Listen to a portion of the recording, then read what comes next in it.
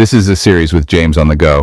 We're taking a quick look at concerns about immigration and the border. Let me ask the burning question about immigrants. Who are they? Let's go back and think of our founding fathers who formulated the Constitution and established this great nation. They all arrived here from somewhere else and were all immigrants for the most part. James, like many Americans today, recognized that things happened to the native people of this country and to the slaves that were not good and were not always the best for the country. For the rest of Americans, we were immigrants from somewhere. But there's more to the story. Naturalization, the process to become a citizen, was one of the first laws passed in our country back in 1790. That's 3 years after the Constitution was approved. Most importantly, to be naturalized, you needed to pledge under oath that you intended to renounce all allegiance to any foreign governments and become a loyal United States citizen. Makes sense. Over the years, there were a series of other laws passed.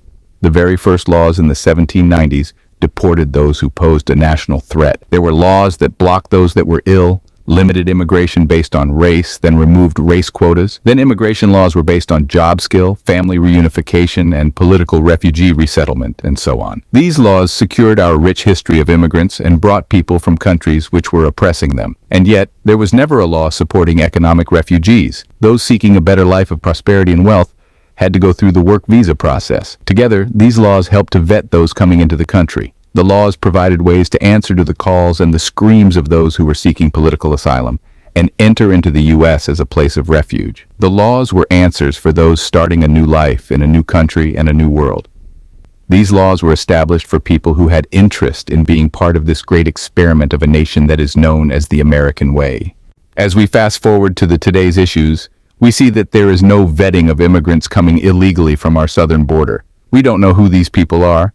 We don't know if they're criminals. We don't know if they've taken lives. So who are these immigrants crossing our southern border? The answer is we don't know, and that's a problem. But we can tell you this from the information we have been receiving over the last 6 months. The increase of military-aged men from combating nations are coming over unvetted. That's another problem. There has to be a restoration of proper vetting processes. Yet, we need to reform our immigration policies and laws.